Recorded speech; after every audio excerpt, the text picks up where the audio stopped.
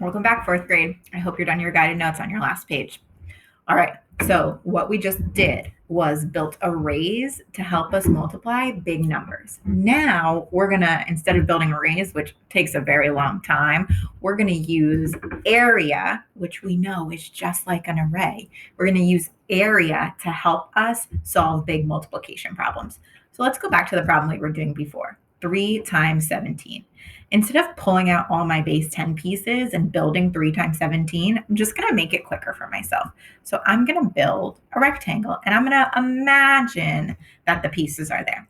Now I know this rectangle is 3 long and 17 wide, length times width to find area. Now I'm going to break up this 17 just like we did before with our 10s and 1s to make it easier to multiply. So I'm going to break this up, just split it right up.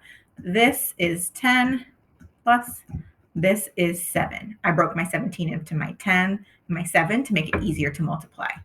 3 times 10 for the area of this rectangle equals 30. 3 times 7 for the area of this rectangle is 21. Add my pieces together just like we did before, and it's still 51. So 3 times 7 is still 51. Let's try another one.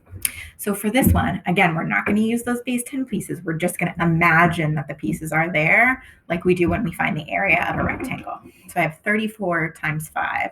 Okay, so I know that it's 34 long and 5 wide.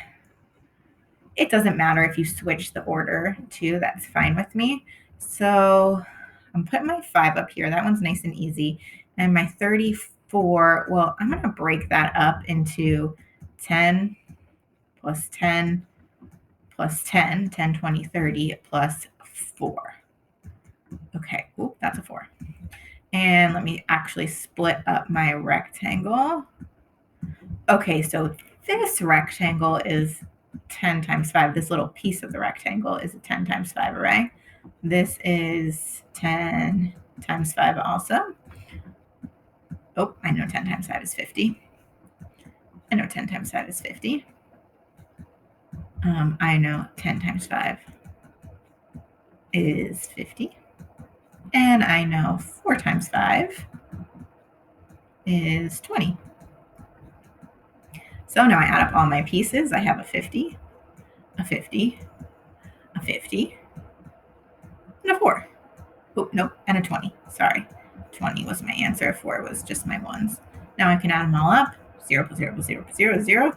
5, 10, 15, 16, 17, 170. So 34 times 5 equals 170.